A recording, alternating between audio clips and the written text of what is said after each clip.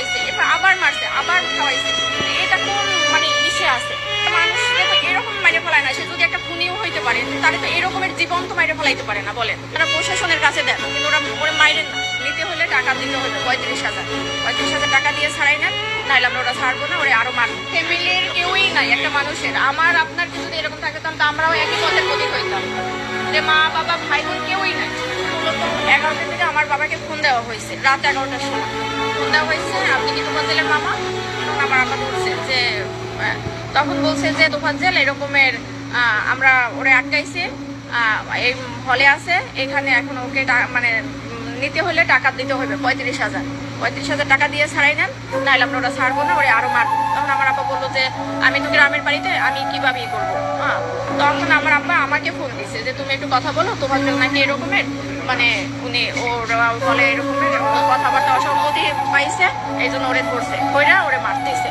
তখন আমি ওই লোককে ফোন দিচ্ছি যে ভাই এরকম আমি তোফাজ্জেলের মামা, তো ওরে কেন মারতেছে? তো বলতেছে যে ও আমাদের হলে ঢুকছে বা ই করছে। তা আমি বলছি যে ভাই দেখেন ও পাগল মানুষ, ও যদি কোনো একটা অন্যায় করে তাহলে আপনারা প্রশাসনের কাছে দেন, কিন্তু ওরে মাইরেন না। হ্যাঁ, তখন বলে কি আপনি যে পাগল, কিন্তু ও তো ওর আচার আচরণের কথাবার্তা, একটা পাগলের মামার নাম্বার কেন মুখস্থ থাকবে? একটা পাগলের সে চাচাতো ভাইয়ের নাম্বার পর্যন্ত মুখস্থ থাকে, তাহলে সে কিভাবে পাগল হয়? আমি বলছি দেখেন ও অনেক মেধাবী ছিল, ওর মা বাবা ভাই বোন সবাই কেউই নাই বলতে গেলে। তো ও এই কারণে ওর ভাই লাস্ট গত বছর 15 রোজায় হলো লিভার ক্যান্সারে মারা গেছে। তো ওর ভাইয়া, ও আগেই মাথায় সমস্যা ছিল, ভাইয়া অনেক ডক্টর দেখাইছে, মানে আমার ফুপু মারা যাওয়ার পর থেকে ওর এই সমস্যাটা হয়েছে। হ্যাঁ, কিন্তু কারো কোনো ওই যে আপনি খাবার খাচ্ছেন, আপনার থেকে টান দিয়ে নিয়ে খাইলো, মানে ওর ক্ষুধার জ্বালার কারো থেকে টাকা নিল চাইয়া, যে এইরকম। ওর বাবা মারা গেছে রোড অ্যাক্সিডেন্টে 8 বছর আগে।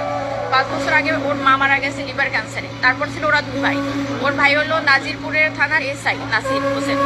তখন উনি গত বছর মানে পহেলা রোজায় ধরা পড়ছে ক্যান্সার, উনি 15 রোজায় মারা গেছে। তো ওর ভাই মারা যাওয়ার পরে হলো ও একদম রাস্তার উপর পাগল হয়ে গেছিল। তারপর আমরা অনেকবার ট্রাই করছি ওরে পাবনায় নেওয়া, ডক্টর দেখানোর জন্য বা করার জন্য, কিন্তু ওরে মানে ইয়ং তো, ওরে ধৈরাও বাইটাও রাখার মতো ওরকমই না। একবার শিকল ভাইকেও ছুটে গেছে, যেদিনকে আমরা সকালে পাবনায় নিয়ে যাবো। এখন কালকের এই অবস্থা। পরে হলো ওই লোক, আমি ফোন দিচ্ছি পর উনিও আমাকে সেম একই কথা বলছে, যে মানুষটা 4 বছর আগে থেকে পাগল, সে কিভাবে রাজনীতি করবে আর দলীয় বলতে কি? ও তো নিজের মানে পরনের কাপড়েও মাঝে মাঝে থাকতো না, তাহলে সে দলীয় করবে কি? মানুষরে তো এরকম মাইরে ফেলায় না। সে যদি একটা খুনিও হইতে পারে, তাহলে তো এরকমের জীবন তো মাইরে ফেলাইতে পারে না বলেন। এটা কোন আইনে আছে আর কোথায় আছে? অবশ্যই চাই একদম মানে সঠিক, যে মারছে তার একদম মানে সেই সর্বোচ্চ মানে আইনের সর্বোচ্চ ব্যবস্থা নিতে হবে। কারণ ওর গার্জিয়ান নাই, সেই জন্য একটা মানুষ, অসহায় মানুষরা তো এরকম মারতে পারে না। একটা কুকুরেও তো মারতে পারে না, এরকম মারতে মারিয়ে ফেলাইতে পারে না। মারছে, তারপর আবার ভাত খাওয়াইছে, এরপর আবার মারছে, আবার খাওয়াইছে। তো এটা কোন মানে ইসে আছে? সে যদি কোনো একটা অন্যায় করতে পারে বা ওরা কথার অসঙ্গতি দেখায়, তো তারা সন্দেহ করছে, তাহলে তাকে থানায় দিয়ে দিত। তাহলে 3-4 ঘন্টা মাইরা তারপর আবার থানায় মানে একটা হসপিটালে ভর্তি করায় নাই, তাকে হসপিটালের বাইরে রেখে গেছে।